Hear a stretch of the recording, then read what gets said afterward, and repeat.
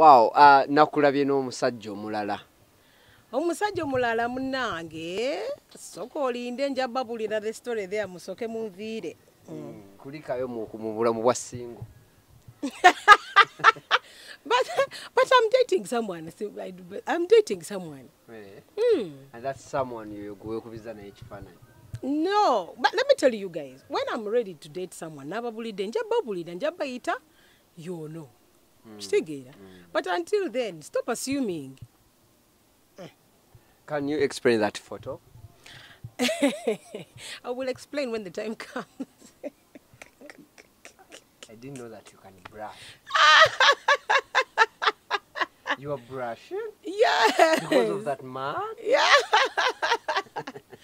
When the time comes, I'll come and I'll say, guys, A, B, C, D, E, F, G. Until then, it's just a photo.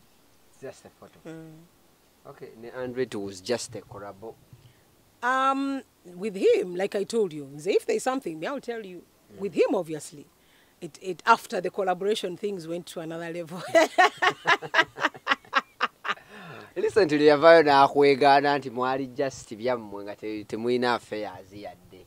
Gungo Ravicolinga, Moisiva, always with Timwari. If you news, Badem Bilava and Srika. I've been seeing it. Nengamba ye onabada asiri for over a year and a half. Kati now close to 2 years. No yogeda, just complete nonsense. Kubanga one gwe wenyini ye gwe waze no badde nafe ku Java House at that petrol station. No kola clip when we are both saying actually nze sayogeda bingi kubanga manye Luganda lwange sayogeda bingi. As I said, we are dating. Yena yogera Luganda. Nze chena ulide Jay-Z and Beyonce. Then Luganda nyingi nyo. So yo yogede.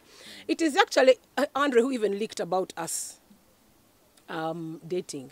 And it's him who has been saying it on radio stations. Mukazi wange. That's what he was saying. That's one. Two. So basically that's something that the whole world knows that he himself said. So you can't deny that. Two, Yantwala Busia, to his family, his sisters, his aunties, uncles, brothers. This is the woman I want to marry. Ochtegera. He is the one who took me to Busia to introduce me. Do you fail to can you kwegana those facts? Three, he rented out an apartment in Munyonyo. Actually, since I attended so kwegana, let me even tell you where the apartment is. Omanyi where Harvard Skills Studio is? Yes. Along that road, there are some beautiful apartments just right below the studio. That's where he rented a fully furnished apartment. Now furnishing everything brand new for Angela. Four. So many artists. But of course I couldn't move there. Kubanga, I was not married. Of course we were not married. We were just dating. So I was at the apartment sometimes maybe 3 days in a week. Other days I would come to Muyenga. Four, so many artists would come and record there because Andre's studio was right next to the bedroom. So many artists would find us at the house. Right next to the bedroom? Yes, that one everyone knows. In that apartment, it was a three bedroom apartment, beautiful, that he had rented for us. So many artists came, never to Sangao. Some artists banji bachimanyi, you know. Basically living together. Ochtegera. Five. Nga receipts ninabinji. Ochtegera. Pictures, videos, audios. Andre na alimbye. If he's annoyed, which apparently it seems he's still annoyed. Kubanga, I thought that almost 2 years he would have calmed down. Nagamba kubanga ya chala. So of course that's somebody who's supposed to be moving on. Not after all this time, not Dakubia Angela, and you're trying to rewrite history. Toiza, you can't rewrite history. Maybe you're still annoyed with me, and I accept that. But Botanica, Oba now he's trying to put me in a corner. Oba to start talking about him again, Oba to overprove. Simanyicha yagala. But Sibitegera, Sabitegera at all. So Andre okkiriza nti yagenda okukyala n'okwagala omuntu omulala ng'akyali mukwano naawe. Let me tell you the truth. let's talk facts, because ndiye muntu ayagala facts. Okay. Unfortunately, nze naleka Andre in 2020 January. You're investing so much in me. Nababulidde over 20 million. Me, I stopped counting at 20. Yantwala to his home, introduced me to his family. He had rented out an apartment.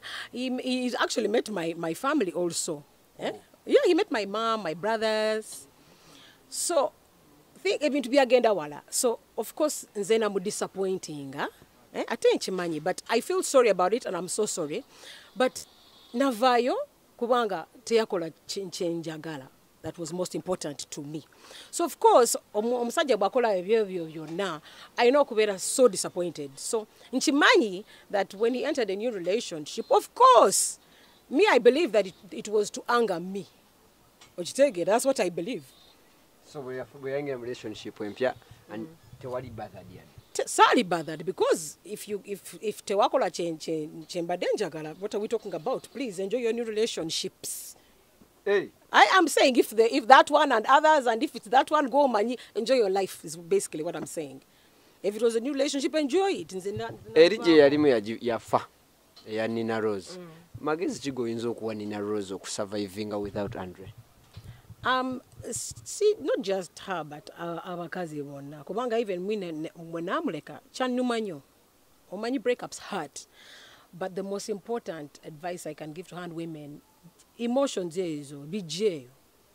Focus on yourself, be independent. Life happens. It's not the end of the world. Breakups happen. But let her tobera embarrassed. Or there's nothing to be embarrassed about. Keep it moving. You know, keep it moving. Keep the music moving. Keep life moving. Love yourself. That's the best advice I can give to all women after breakups. Chinakola. Since ono muyimbi, yo inza mugamba. Hey, continue kuyimba. Can you give her a collabo? Why not? Nzemi, I don't have a problem. You can do a collabo with Ninaroz. Why not? I said my issue was my issue with her. My issue was with Andre.